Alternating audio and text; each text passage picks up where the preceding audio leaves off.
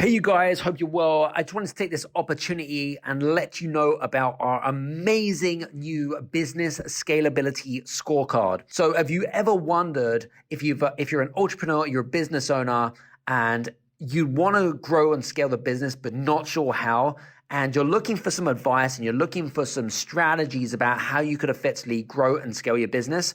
Well, this is your opportunity. We have actually created an amazing business scalability scorecard. It'll take you around 7 to 8 minutes. And at the end of that, it will actually create a report of all of the things that you're doing particularly well in and the things that you need to make improvements to your business. It's a great tool and a great asset for your business. To get free access to that, go to bit.ly/business-scalability-scorecard. Go there, go now. Take care. See you soon. This is the Game Changers Experience. Deep dive conversations with leading business disruptors, Olympic athletes, celebrities, entrepreneurs, and influencers from around the world. This show will teach you insights about the winning principles in mindset, productivity, marketing, branding, entrepreneurship, business strategy, and more. Hosted by Productivity Authority, business strategist, former elite athlete, author, and public speaker, Adam Strong. Hello, this is Chris Cooper, and a big welcome to the Business Elevation Show on Voice America. Wonderful to be back with you for yet another week. I hope you're all, keeping well wherever you are around the world.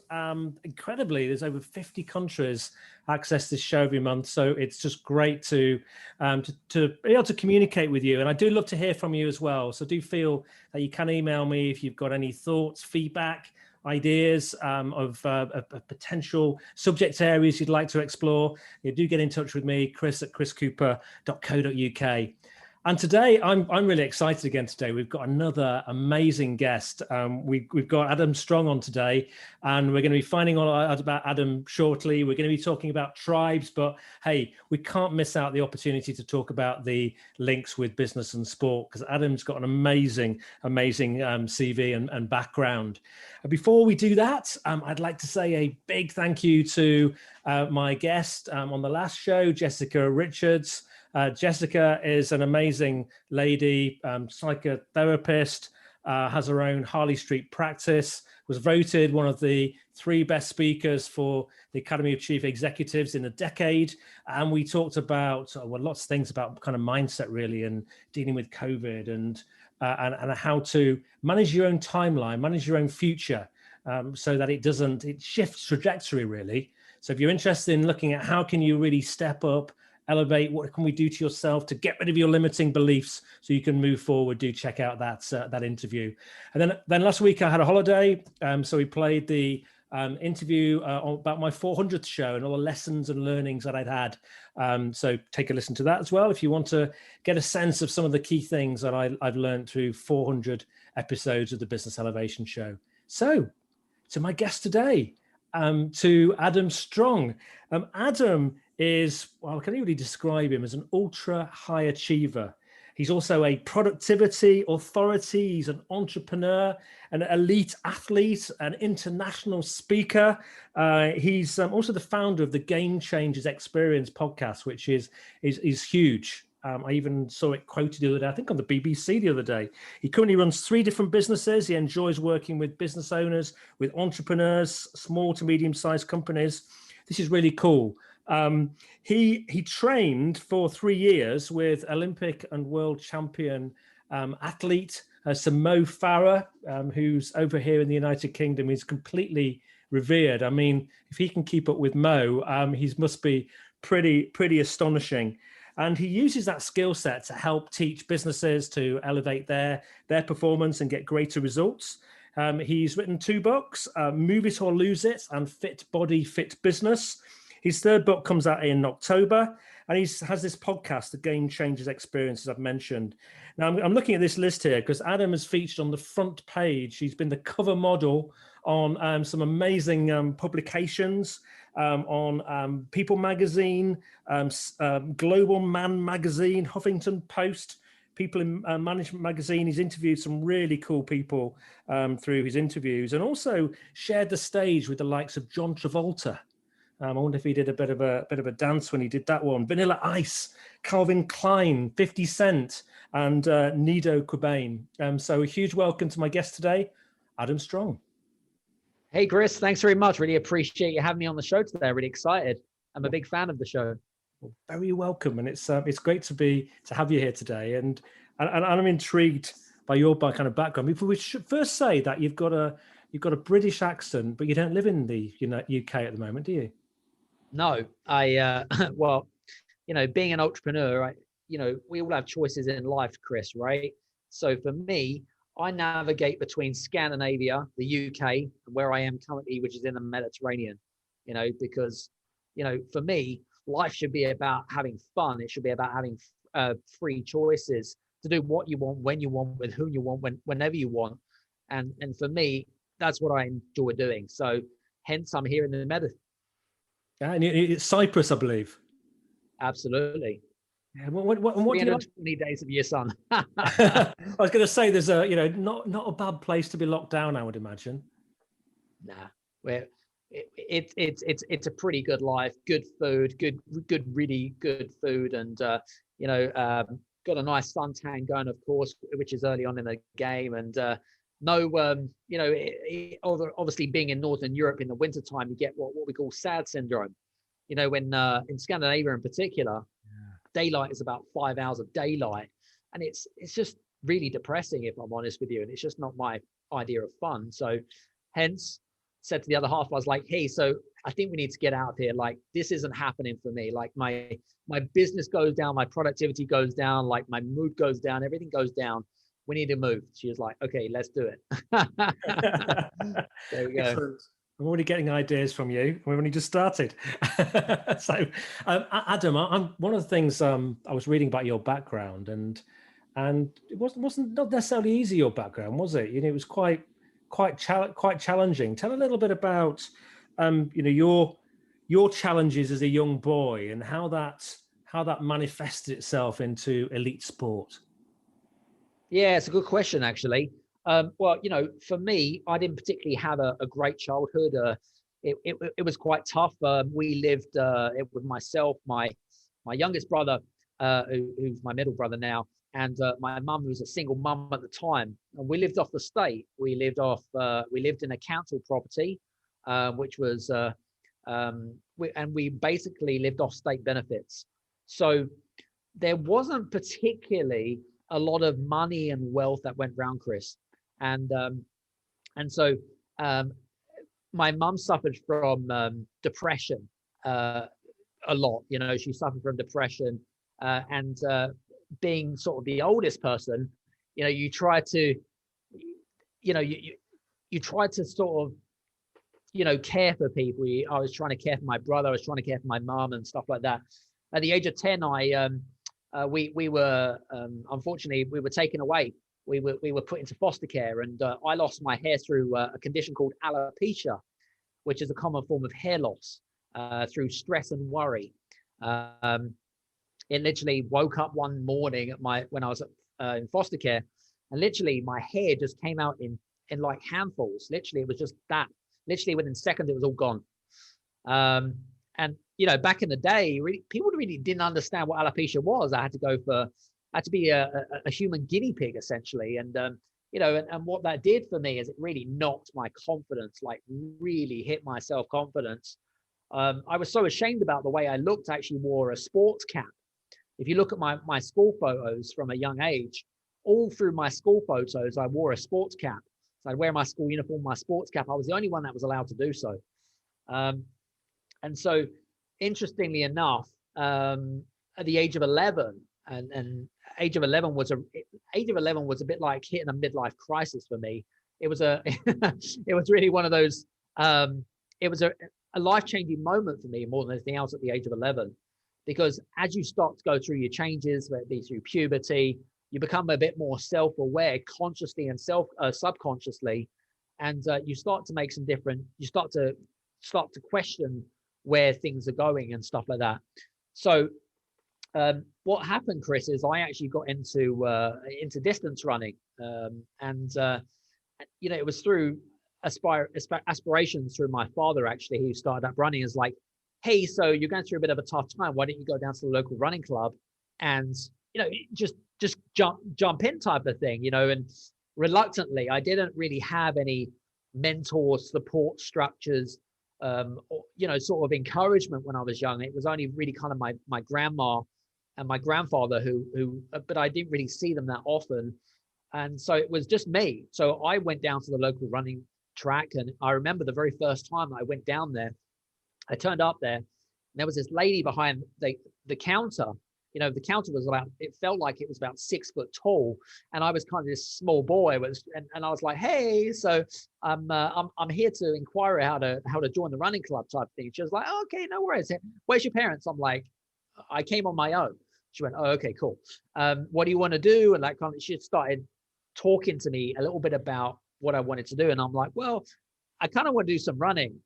My father's a bit a distance runner. So he introduced me to the coach, Chris. And I never forget the first time I went down to the running track, because there was a running track which was all floodlit. And all the things that was going through my mind was all negative. And I'll tell you the reason why, because I saw all these runners which really looked conditioned. They looked like they've been doing it for years. And what that did to me is all those negative thought processes start to go through your head. Like you start to think to yourself, can I do this? Am I really am I good enough? And you start to make judgments, and you start to make comparisons between where you are and between where others are. And so one of the first things that's coming into my mind is this is way out of my league, way out of my league. I actually met my first coach called Alex McGee. Alex was, what I loved about Alex, Chris, is he turned normal Joe Public into champions. He'd done it many, many times over. And he saw something in me. I didn't see it, obviously, because it was just me, but he saw something in me. And just, it's interesting, Chris, because I was also an asthma sufferer. Mm-hmm. So I was an asthma sufferer taking up running, and everyone would say, are you crazy? Why would you take up running and you're an asthma sufferer? I could barely run 150 meters without getting out of breath. And so I kind of, even though everything was against me, I just thought to myself, do you know what? What have I got to lose? I've got nothing to lose here, right? And then I started to embark on my running career from this age of 11. And this is where I also met my training partner, Mo Farah, who you mentioned earlier on. And Mo was kind of similar in a way, very little English, came from Somalia originally, was living with his aunt and his cousins, abandoned as a child. And it was tough for him. He grew up, he was bullied a lot. Same for me. I was bullied a lot as well. So, on Tuesdays and Thursdays, that would be training days, Chris. And so, and then Saturday and Sunday, we tend to compete. And then we would just basically I remember in the wintertime, Chris, it would be like -1, -2. I'd be in my shorts and vest, it's like some sort of superhero. And it would just be me and Mo. We would be at the back of the field, on which basically is on the back of an athletics track. And it was completely pitch black, Chris. Literally, Chris, it was pitch black. And in the winter time, it'd get down to like -2, -4, and it would be foggy. It would be misty. The ground would be extremely boggy. And this is where I started to learn some of the skills that you need to be a successful athlete, such as persistence and perseverance. Without persistence and perseverance, it's easy to just throw in the towel, right? I also learned a really interesting skill called mental toughness. Mental toughness is more around mindset, so I started to teach myself the importance of visualization. Jack Canfield talks about this a lot, about the importance of visualization. They use self-imagery as an important way to propel people and move forwards. And so what happened between me and Mo is that we would end up competing against each other. We would essentially, he would prompt me on and I would prompt him on type of thing. And so it would be, it would be a really interesting sort of what I call partnership essentially. And so that's basically, how it would kind of rolled forward really. And obviously within about 6 months, my asthma completely disappeared, within 6 months. And I started to see the changes. I started getting better and better, all through persistence and learning. And listen, Chris, what's really interesting about my childhood as well is I'd get up about 5:30 every day. I would have to take a train to school. The train would take about 45 minutes to an hour. And I would do this there and back every day. Okay. I didn't really have much time for after school clubs. And then I would have to train at least twice a week. Okay. I had literally zero time to myself. I was putting in all the hard work while all the other kids were playing video games. So I was prepared to make the short-term sacrifices for the long-term benefits. Yeah. So for me, it was a real revelation, kind of at the age of 11 and that kind of stuff. So I suppose for me, that's really where it started in terms of running. And isn't it amazing how, how your life changed around? I look at I had a very, quite a humble background in the north of England, a steel town myself. And I'm listening to parallels here because when I was a teenager, my hair started to go thin. And actually I've been fortunate in that those people who took the mickey out of me, I do have more hair than them now. But as a teenager, it was very distressing, actually. And the ridicule and the jokes and it did really play with your self-esteem. I remember chatting with Duncan Goodhue about this, the swimmer. I don't know if you know him, and he happened by falling out of a tree. But I wonder if you, looking back on that boy now, what would you tell yourself now, sitting in Cyprus, having no hair, by the way, is cool now, and you look back on that and the life that you had. What would you tell that younger boy? It's very simple. It's going to be okay. Things will just work out as they come along. And sometimes you have to go through life like that, unfortunately, to open your eyes up and kind of open up to realizations, really. So I suppose, for me, 11 years old, that was one of my first major, should we say, turnarounds in terms of like me as a person, as an individual, as a personality. So yeah. And you were a little entrepreneur as well. You were finding golf balls, I believe, and selling them at a young age as well. Well, yeah. Do you know what's interesting? Indeed. So, as I said to you, we lived in a top floor sort of apartment, which was owned by the state, and living off state benefits essentially. So, in at Christmas time, Chris, there wasn't a huge amount of wealth that went around because my mum just couldn't afford it, right? So when Christmas presents came around, me and my brother would share Christmas presents, whereas most people would obviously get individual Christmas presents. We weren't in that position to do so. So one of my big, epiphanies as such, we call it an epiphany. I was walking through a nature reserve and I started seeing these golf balls in the streams and not realizing that actually it was right next to a golf course. Went back next day with a bucket and started jumping in the rivers and streams and started, just getting a stick and just foraging through these bushes, looking for all the good golf balls. I didn't have enough money for Wellington boots or, I just literally just take my shoes and socks off and just jump in and the water would come up to thigh to knee height and literally just go around collecting golf balls. And then as I was walking around the fairway, a lot of the golfers would come up to me fearing for my safety because obviously I was 11 years old, right? I didn't really give two monkeys, if you like. They were just concerned about my safety. And then when they approached me and they're like, hey, so where did you get these golf balls? Like thinking that I might have done something naughty. And I was like, well, I've been finding your lost golf balls. I've been jumping in the rivers and streams. I've been foraging through the bushes.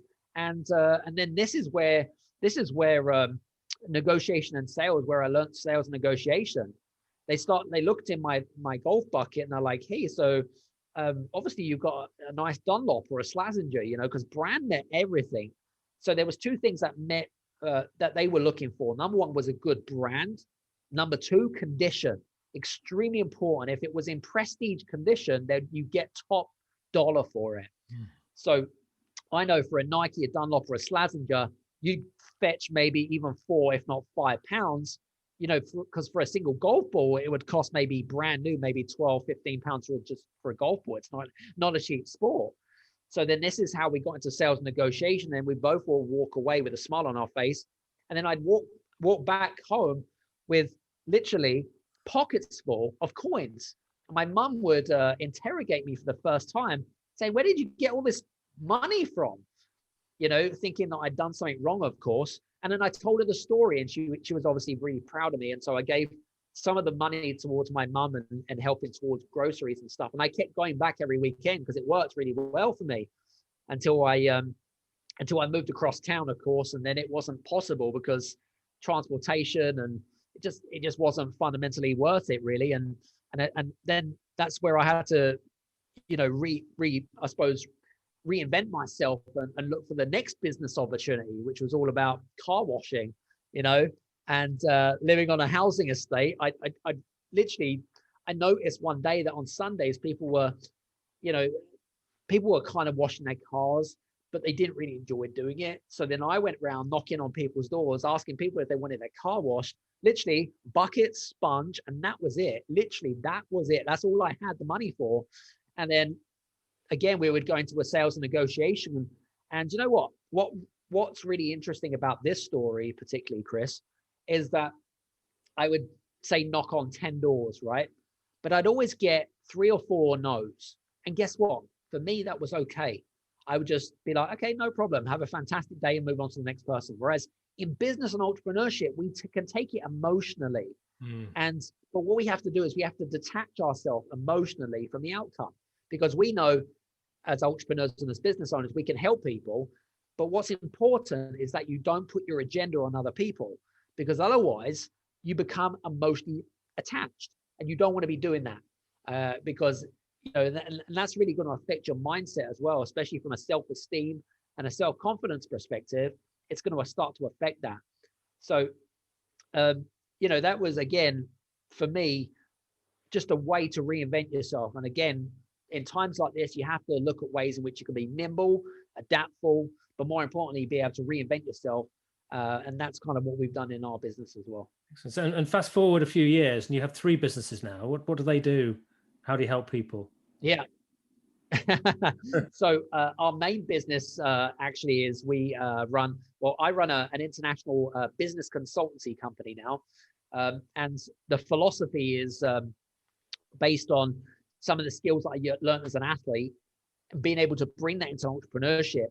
But what we actually do is we work with professional business owners to help them kind of become more entrepreneurial, purpose-led, fun, because that's what business is about. It's about having fun, but more importantly, to kind of be more exciting and innovative as well. So it's all about growing scale, and I'll give you an example. One of our clients, who's a professional solicitor, who's at about 90% capacity, and solicitors obviously make really good money. She just didn't know how to grow and scale.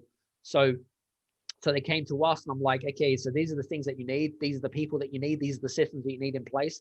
And then we basically do it with a hand-holding approach, more personalized, more bespoke. And now she's on course for hitting 7 figures. So, that's just kind of what we do. That's one of our businesses anyway. Excellent. And you've got some property business and something else. I don't know what the third one is. What's the third one? Yeah. So we've got a property business here in Cyprus, a property development company here in Cyprus. And the other one is we're into Forex and cryptocurrencies. So that's just absolutely fantastic, being able to earn money while you sleep. It's the dream now, especially with places like Bitcoin, which has been around for 13 years. Now's just it's the future, Chris. Virtual cryptocurrencies are the future, and that's essentially where I kind of get quite excited about as well. And so we partnered with a company that of basically, I know nothing about Forex trading, by the way. They actually trade for us using AI. And so what I really love it about is that they take care of it. They trade the investments for us, the contracts for us, and we make money while we sleep. So that's the beauty about it. And we get paid in Bitcoin every Saturday. Yeah, very, very nice. Well, I think it's lovely to have been through that journey with you, really, from from that young boy with a single mum, from your challenge around alopecia, which must have been really difficult, to collecting golf balls, to now having 3 businesses, and we'll maybe touch base, having worked with the likes of John Travolta and Calvin Klein on the stage, and etc. So I think it's great inspiration to have heard your story today. And for anybody who's listening, what I think is fascinating is we can have high expectations of maybe changing our life conditions, but over a period of time, 10, 15 years, 20 years, your life can be completely different if you develop your mindset. So thank you for that. After the break, we'll talk more. We'll talk about tribes, because you've been really good at building networks and connections with people to help your business along. I know you're talking about this subject, and I think it's something that could help people think about their business and how do they ensure they bring people along with them. So we'll do that after the break. We'll be back again with you in just a couple of minutes. All right, we're clear. Great. Will that be the only break for you, Chris? I think so. I think Adam's got a lot to say, and awesome. It's all very good, great to hear. So let's use the time. Sounds good to me. Yeah, I dropped us from 2 breaks.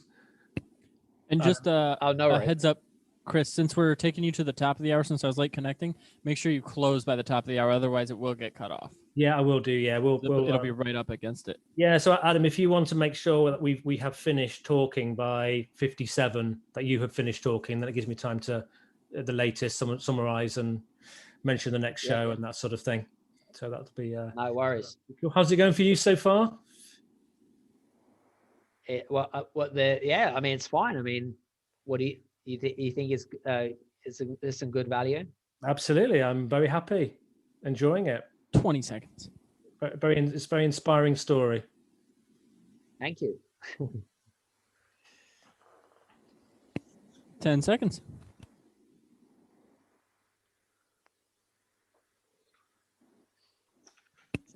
All right, guys, here we go.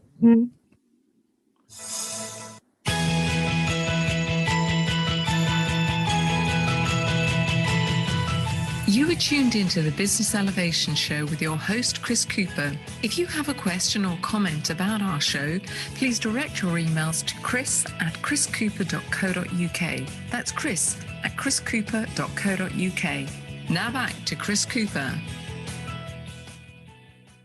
Hi, this is Chris Cooper. I'm with Adam Strong, and we've been talking about Adam's fascinating story and background. Adam, we're going to talk about tribes now, but very quickly before we do that, in our household, we're big fans of Mo Farah, and of course, many of us, lots of us around the world have heard of the likes of John Travolta and Vanilla Ice, etc.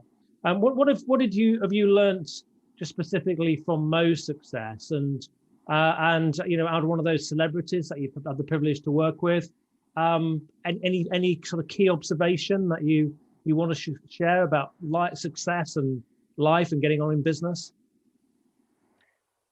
I mean, the thing with whether they be an Olympic athlete or a celebrity is that one thing that you have to take in consideration is that we're all born the same, and no one is born with a silver spoon in their mouth. I don't believe that. We're all born the same way. You don't magically have special skills, Chris. Some people are just in the right time at the right place. Some people have it's down to luck. Some people are, some people just have to work damn hard. I mean, if you look at Olympic athletes as an example, right? It takes around 10,000 hours to be, I call a master of your trade. 10,000 hours is a lot of hours to put in, but the big problem with a lot of people is they just don't see that, right? They don't put in the work in order to get whatever success means to them, right? So that's one thing to take into consideration. And when with regards to celebrities, again, connections are really important, especially in these times. I talk about, there's a number of things that I talk about that entrepreneurs need in particular, and business owners need in particular. And one of them is relational capital. It's not what you know, it's not who you know, it's who knows you.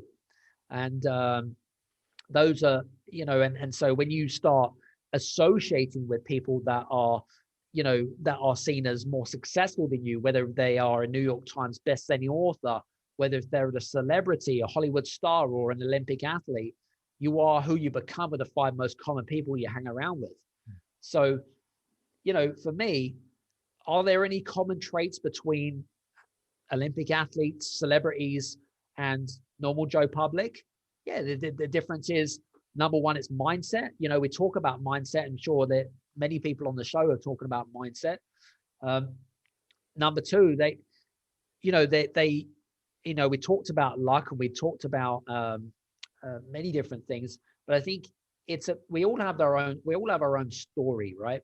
And I'm a big believer in passion. Doing something that you're highly passionate about. So if you're in a job right now, you're listening to me, you're listening to my voice, okay, and you're in a miserable job, and you're only doing a job because you have to pay the bills. Well, hang on a minute. Now, here on planet Earth, human beings are the only people on this planet that can make one of two things. Number one, they can make choices. We are the only species on this planet to make a choice. So some people, they say to me, "Oh, you're so lucky to be in Cyprus, Adam, and enjoy a great life." I'm not lucky. It's down to choice. Anyone can choose to do so. So it's not that I'm not anyone special, Chris. I'm just a normal human being. I just see things slightly differently to maybe you and maybe some of the listeners. So I think it's about. The other thing I was going to say to you is the importance of learning and growing. You can only be better if you learn and grow consistently, whether it be through reading books, whether it be through, one of the things that I really enjoy doing is doing podcasts. I really enjoy doing podcasts like what we're doing now, and kind of jamming and having fun. Yeah. For me, this is a great way to get my message out, and connecting with people. So to me, this is great. And also video. Some people enjoy writing articles. That's not really for me. And some people like writing books. You have to find your medium at the end of the day. But there isn't really. There's only some subtle differences between the elite and the wealthy and the super successful and normal Joe public. It's just that people have a different perspective and they choose a different path. I'm with you, and with podcasts, you and I both love this format. I'm coming up to 10 years of having had a weekly podcast show, and look at how my life has changed in those years, and the friends that I have around the world, and the people I mix with. I've just had a note mentioned to you about some amazing adventurer friends who are just in the summer doing a penny farthing ride from the most easterly point in the UK to the most westerly point. They're trying to they're raising money for some solar panels for a school high up in the Himalaya. And the mid part of that ride, they're using my home as the stop-off point, and I shall probably cycle with them as I did last year. But I get to connect with amazing people and have amazing friends, and all I've done is I made the choice to do a podcast 10 years ago, and I've invited interesting people, and we've become friends. And it's amazing, isn't it, how your network changes through doing that? Absolutely, 100%. And you change as a person. You do. All this knowledge, talking to you, I will pick some things up from talking to you. You might pick up something from talking to me, and we take that knowledge, don't we, with us, and it becomes accumulative, and then we find we can add value. Now, I'm really interested to know, we talk here about some of your businesses, and you've connected with people around the globe. And I first came across this idea of tribes by Seth Godin, and I loved his book. And I know it's something that you've really taken and are kind of owning as well now. So what is a tribe for you, and what are your what does that mean, and maybe how does that link in with maybe being a leader too? Because we've just had a little chat about perhaps being, maybe in life we can be passive, or maybe we can actually make a choice. Yeah, it's a good question actually, and I'm glad you brought up Seth Godin, because when I teach about how to build tribes, I mention Seth Godin and I mention about his book because he's got a great quote in his book. But I'm going to kind of give you kind of the rundown about what my definition of what a tribe really is. A tribe is basically the basic building block of any large human effort. Okay, that's what it's down to, and their effort is basically greater than any team, an entire company, and even their kind of what I call superstar high performers, whether it be a CEO or salesperson or whatever it might be. But a tribe essentially is a group, and typically tribes are between, say, 20 and 150 people generally. They know each other particularly well. So if they were walking down the high street, or if they're walking down the street, they would stop and they would say hello to that individual. They know them fairly well. A small company, for example, is an example of a tribe. Now, if you work for a corporate company, or you did work for a corporate company, or a large company, we call these tribes of tribes. So they are little pockets of little tribes within a company, okay? And then they gel towards kind of synergizing towards each other, all right?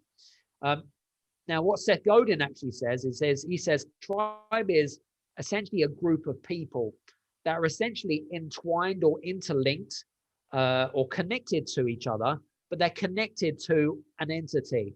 They're connected to generally a leader of whether it be a company or whatever it might be, but they're also connected to an idea, okay, or a vision, okay. Generally, when we consult and we do a lot of work with companies, this is where a lot of failing companies basically fall down. This is why they start to lose profitability. This is where they start to have negative aspects of their culture start coming out. This is where people start to have a breakdown in communication. It's because they lose that vision, they lose the bigger picture, and if you don't have that, then guess what? It's a bit like ripping the soul out of a tribe. It becomes soulless. Does that make sense? Yeah, absolutely, completely. Really get it. Yeah. We have some parallels in what we do with companies, actually, I think, because for me that purpose is absolutely critical in getting that right. So I help a lot of companies develop that purpose and bring it into the company and build a more engaged tribe around that common purpose. I really get that very much. How do you advise people around actually going about doing that though? What are the steps? Building a stronger tribe. I mean, just as a bit of a parallel, a few years ago, I spent time with the Maasai tribe, and I was astonished by just how connected they were, and how connected around a common vision and looking after the environment. And it was beautiful to watch, actually, around how each person fitted into that kind of system. How do you teach? And how do you help your clients to build that level of connection? It's a great question. And I mentioned the importance of having that important vision, right? The bigger picture or the purpose. And what I find is it's actually not the new businesses or the new startup companies that have the problem. It's actually the established businesses that have the problems, because they're stuck in their ways. Their mindset is generally, oh, well, that's how we do it around here type of mindset, So, and especially when you've got people that have been in business for maybe sort of 15, 20 years plus, where they're stuck into a routine or a habit, and it's a bit like, you've heard of this analogy before. You can't teach an old dog new tricks. Well, unfortunately, the downfalls of I call them slow moving companies. This is where bureaucracy starts to come in. This is where politics starts to come in. And then what that does is it slows the decisions down into a business. And then that's when the downfall starts coming, because that's what they can't adapt to the marketplace. And then guess what? We look at casualties which are out there, and there are plenty of casualties out there right now because they fail to adapt, and they fail to understand not just the market, but they all fail to understand that actually together is better. That is the big message that I kind of say to people, is together is better. This is not a one-man effort. This is about kind of working together in synergy. One of my good friends, actually, who's a real powerhouse, especially in the United States. His name is called Gary Ridge, and he is the CEO of a company called WD-40. His company was actually awarded, I think it was like yesterday, if I remember rightly, as one of the best workplaces to work in America. And it's quite a prestige award. But what I love about Gary, now Gary is actually Australian native. He was actually shipped from Australia over to the United States to help build not just a tribe, but to understand. Now, WD-40 at the time, they were trying to expand into different markets. They are a national business, and so they have to deal with different cultures. They have to deal with different. They have to deal with different people in different areas of the business. And so, what's important is what I've learned from Gary in particular is that in order to have a really, should we say, thriving culture, you've got to get your tribes to move towards one common goal. Now, each tribe might work differently, okay, which is absolutely fine. But in terms of, if you can imagine, say you've got a number of tribes and they all, should we say, crossover, and in the middle is where, should we say, the vision is, or where the kind of common goal is, where the legacy is for the company. And this is where the beauty comes in. This is where the synergies come in. But I think what's really important is to understand, why are tribes important to your company? Why are tribes important to your business? Well, they're important because they create communities of die-hard fans, brand individualists, and activists that basically, like, should we say, power, or, kind of, they're kind of like sales agents in a way, right? But then they don't work for you, right? But they absolutely love what you stand for. They love what you do.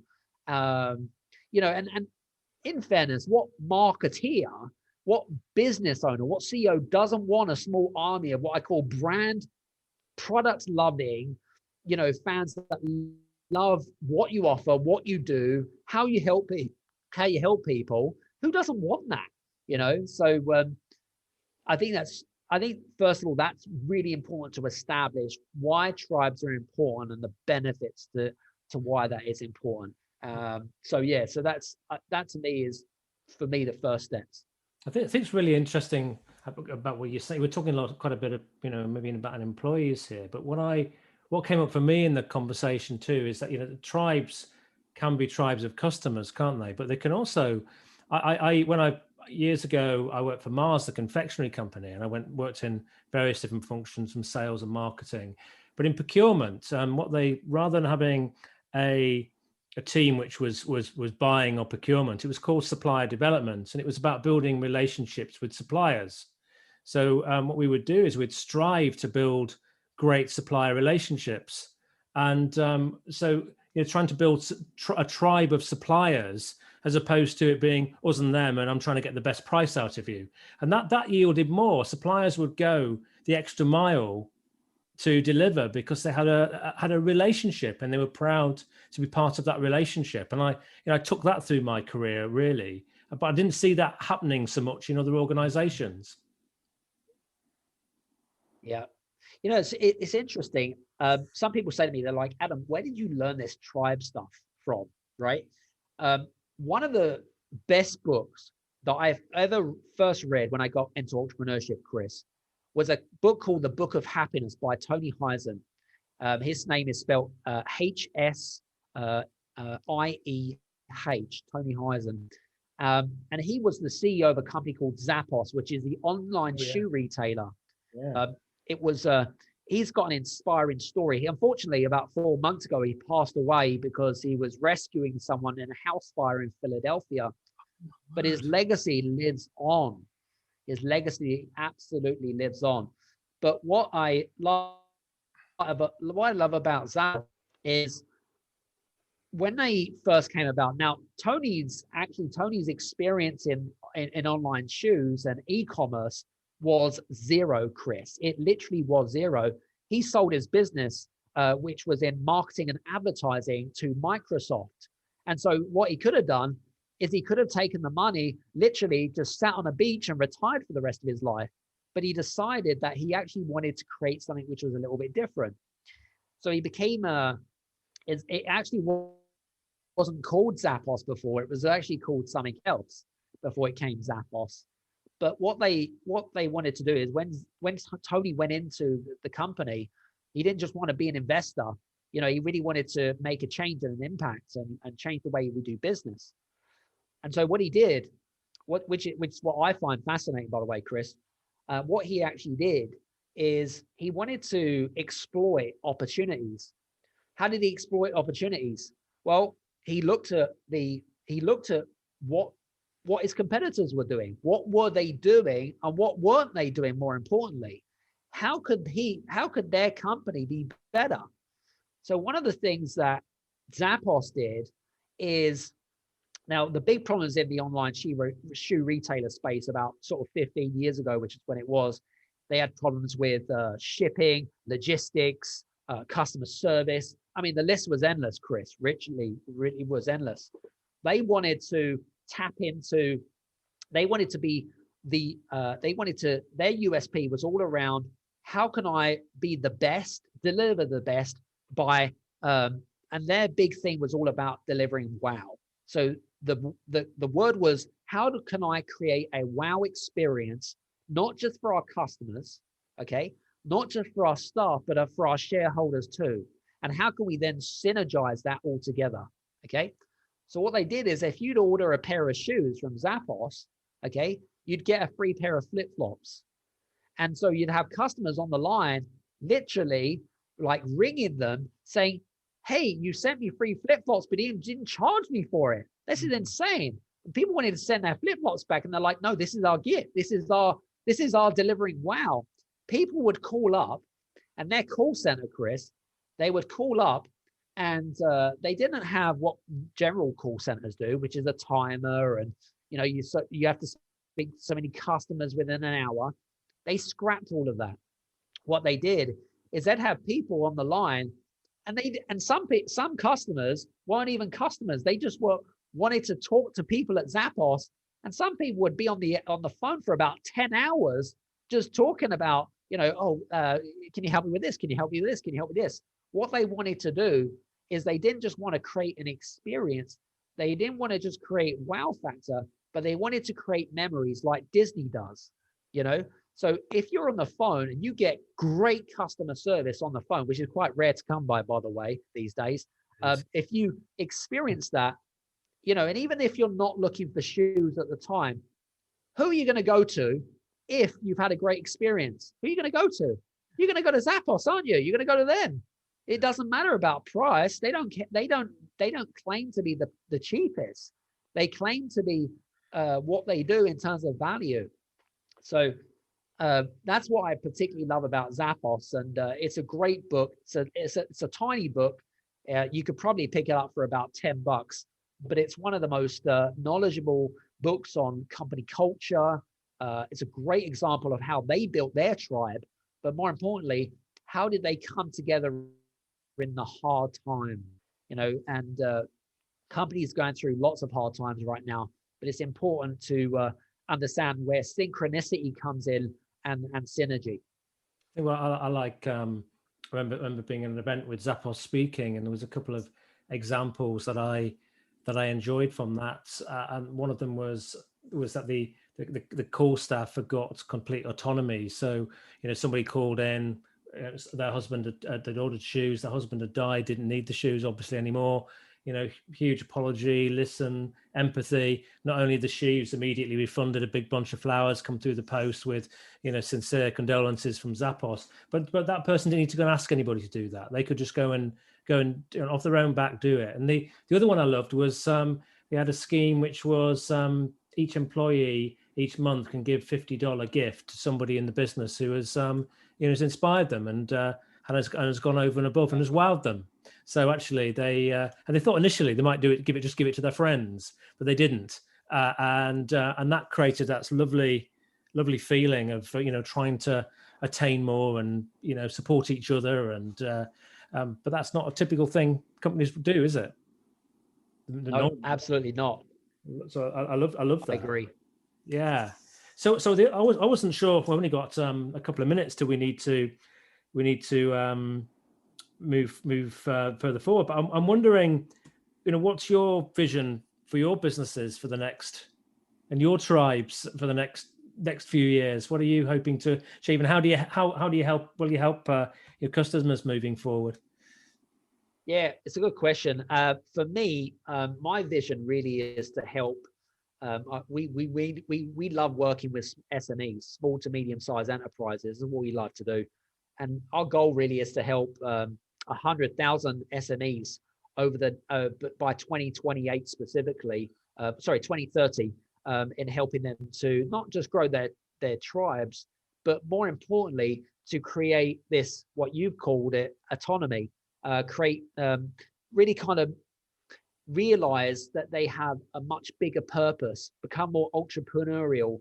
For me, I love, what I find fascinating in particular is cultures, ecosystems, understanding human psychology, what makes people tick, and then how do you then relate back to elite sport? Because there are some really great examples of similarities between the two.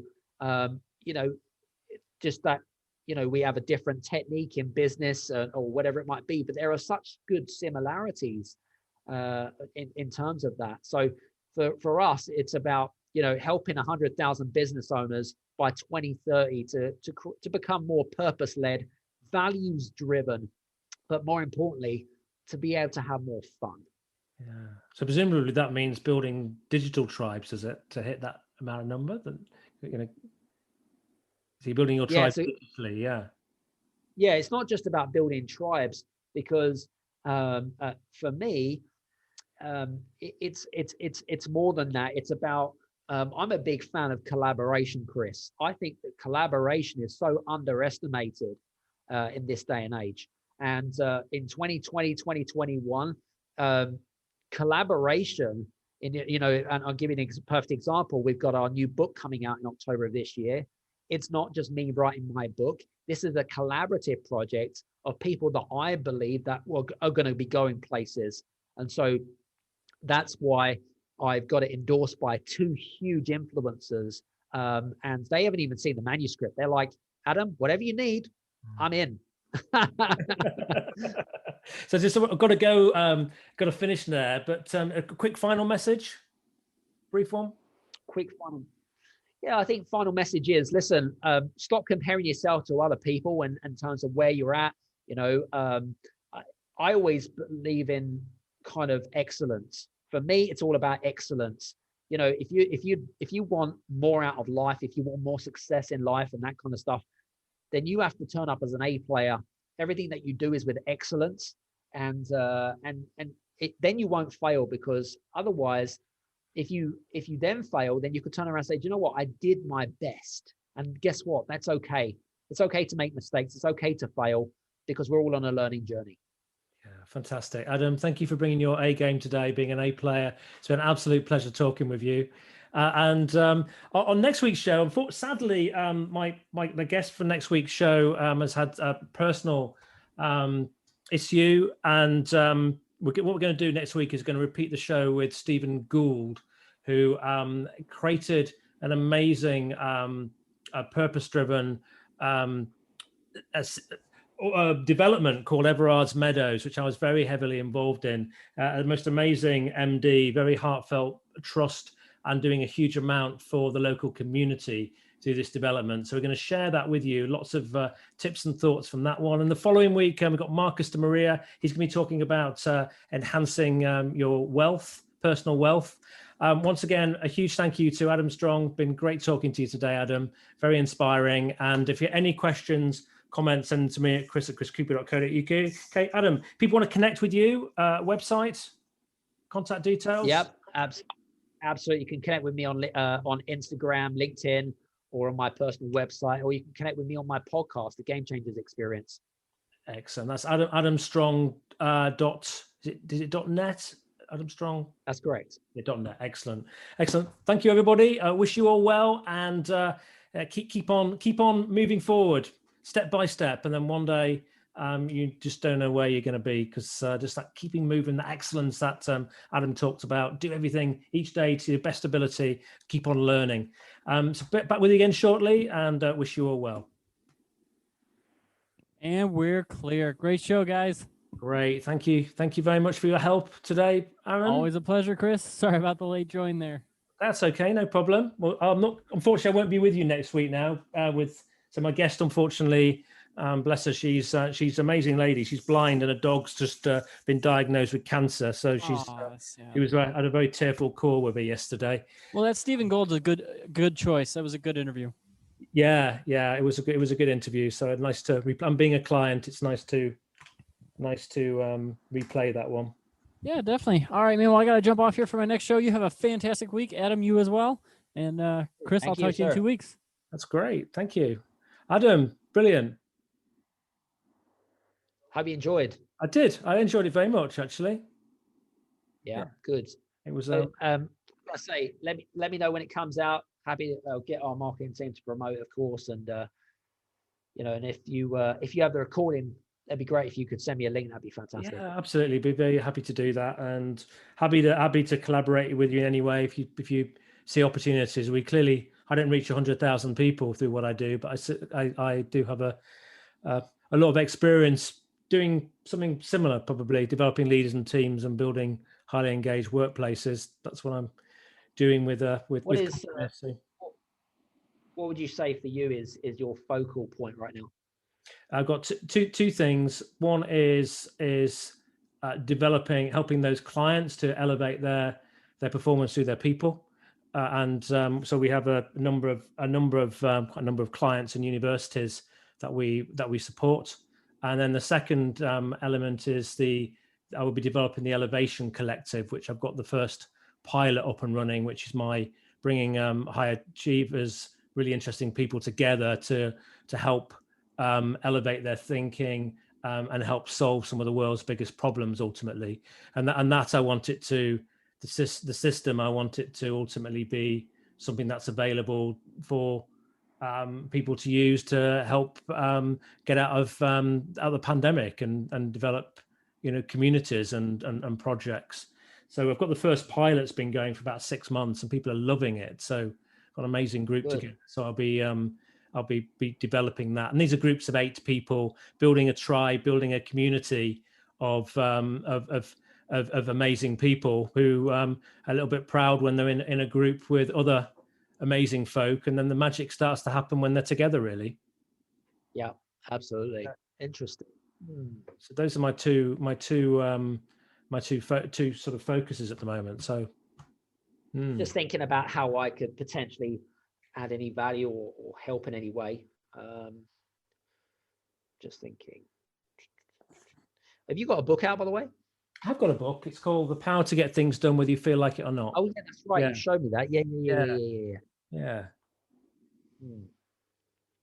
I'm just thinking about how, so for you, I guess you're looking for more clients? Yes, we're looking for more clients. Ultimately, at the moment, I wouldn't say I'm maxed out, but I've got a good client base right now.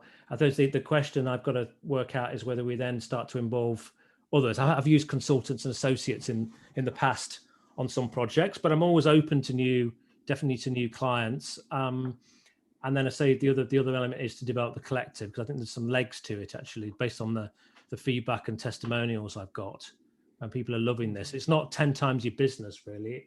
It's 10 times your it's more your contribution and maxing out who you are, so that you make a bigger impact to the world. Really, people are really enjoying that. So it's not you're going to grow your business at all cost. It's actually, you might grow the value that you add, such that you build a bigger legacy.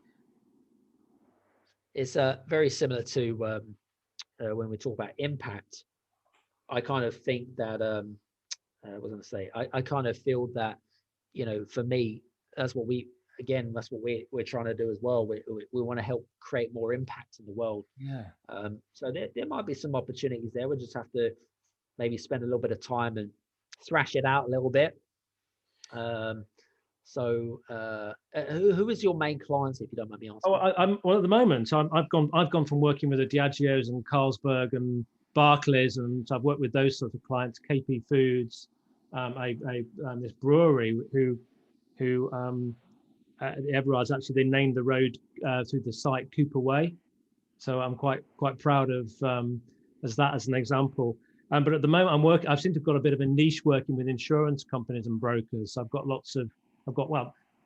I'm not massive. I've got 9 active clients that I'm personally working with, and we have 3+ universities at the moment.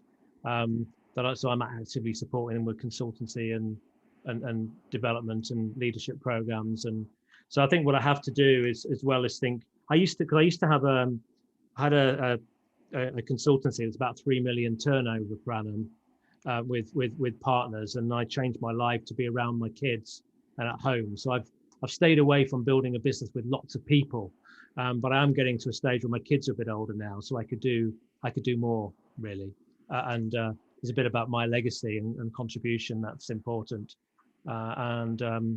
also I want to develop. I've got the value of all of the network that I've created, like you. Yeah, it's interesting. I'm just thinking about some of the project. I mean, you've been on my podcast, which is great. I'm just thinking about some of the couple of projects that we've got going on right now. We've obviously got the book, which is a co-collab book. It's basically people who I've specifically chosen, who I think are kind of a little bit what I call aspiring and up and coming businesses or entrepreneurs, that money is not their driving force. It's more around kind of purpose and fulfillment on their part, really, and nothing else. Those are the types of people that I like to hang out with. Yeah, and then it's me really. But it's that, because it's a co-collab book, and I've already got 2 books out anyway.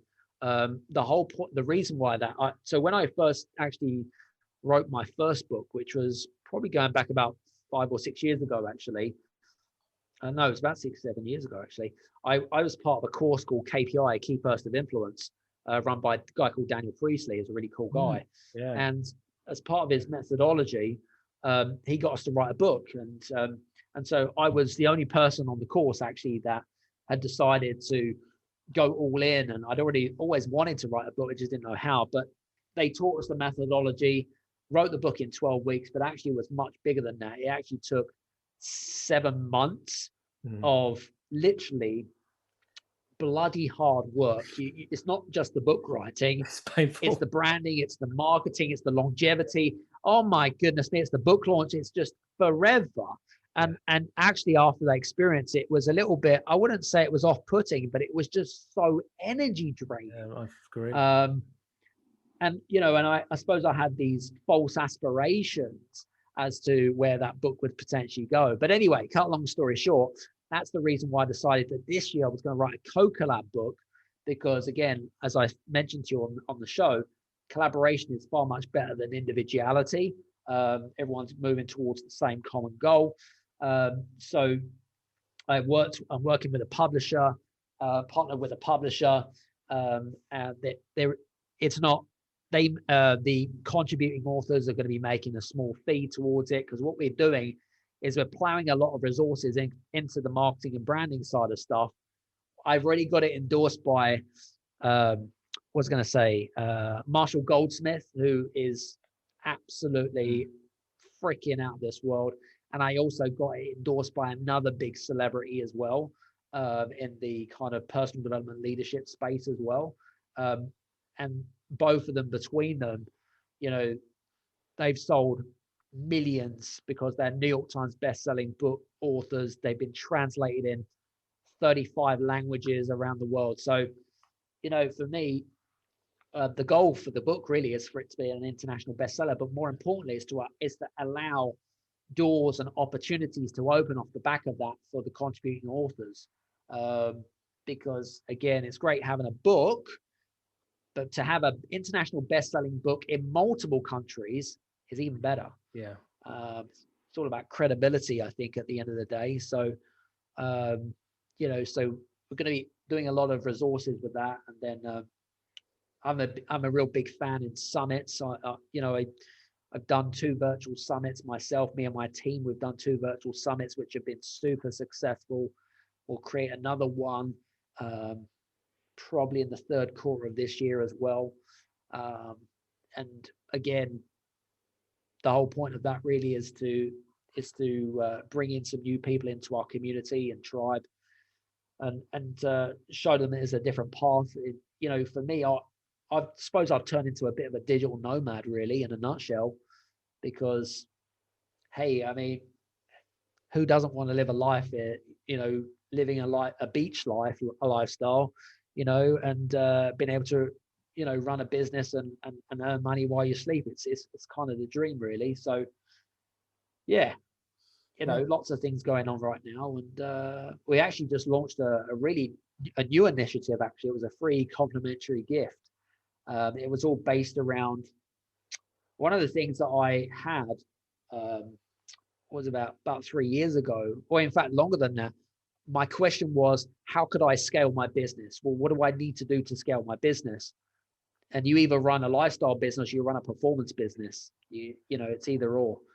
So what it is that we created what they call a scorecard, which basically assesses how scalable their business is. And at the end of it, it gives them a report about the areas that need to work on and the areas that are doing particularly well in. So it's a great tool for a lot of business owners. We just launched that this week. So that's kind of cool.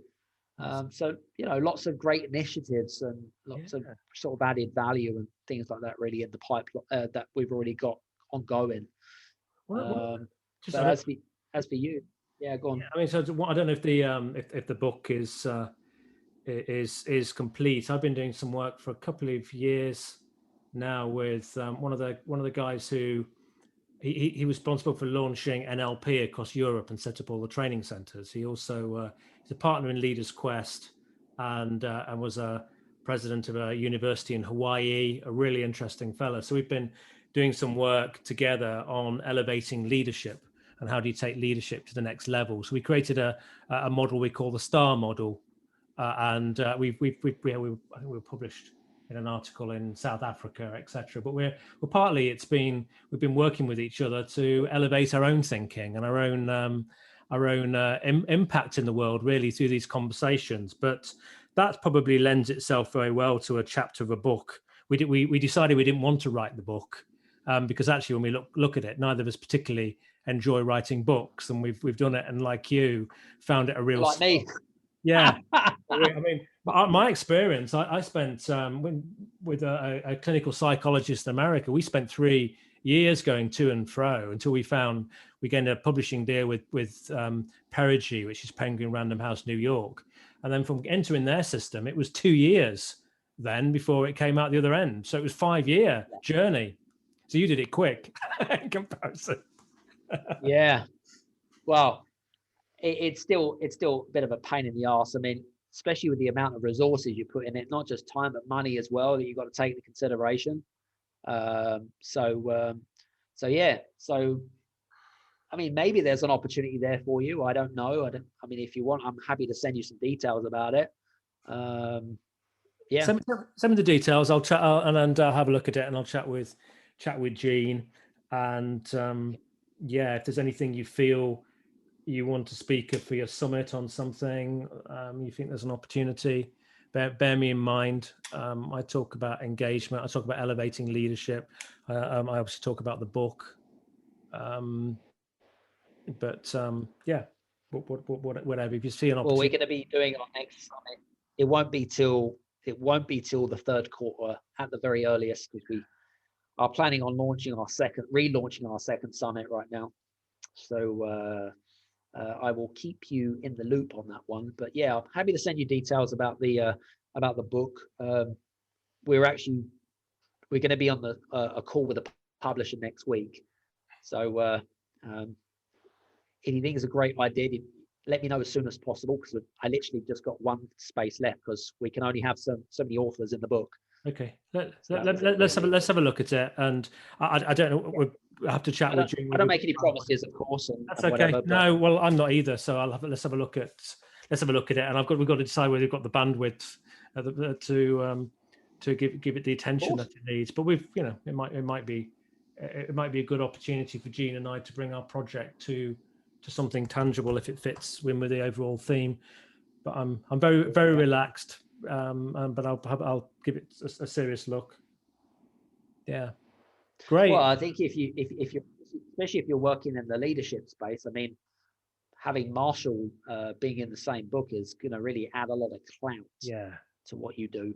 I mean, he's the number one executive coach in the world. That's Forbes magazine telling you that, not me. Yeah, agree. That's very good what he does. Well, send it through and let's have a look. No worries, mate. Brilliant. And I should also, when I develop the collective, I should send out some information to you on that. See if that's something that's of interest to you as well. It'd be good to get your feedback on it too. Sure. Happy to do so. Brilliant. Okay. Well, you can have a good weekend. It's been an absolute pleasure. I just realised I've still kept on recording all of that, so we can. But I'll send it across to you all anyway. You can cut it and use it as you see fit. Oh, no problem. No worries, mate. It's been lovely to get to know you. Likewise. Take care, Chris. Take care. All the best. Bye. Hey, you guys, I just want to say thank you so much for listening in to this episode of the Game Changers Experience. I hope that you got some amazing value, some great insights, and golden nuggets that you can implement into your business straight away. I would really, really appreciate it if you could leave a 5-star review on the button below. Have a fantastic day, and we'll see you on the next episode. Take care.